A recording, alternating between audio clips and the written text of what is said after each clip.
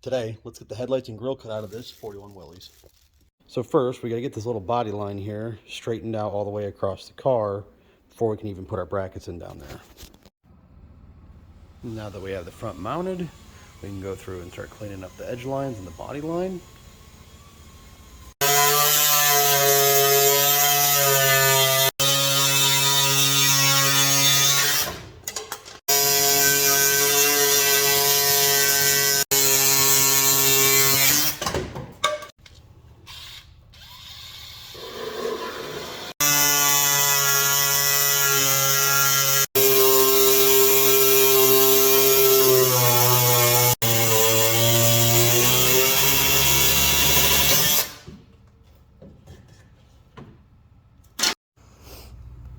Now we got everything all cut out.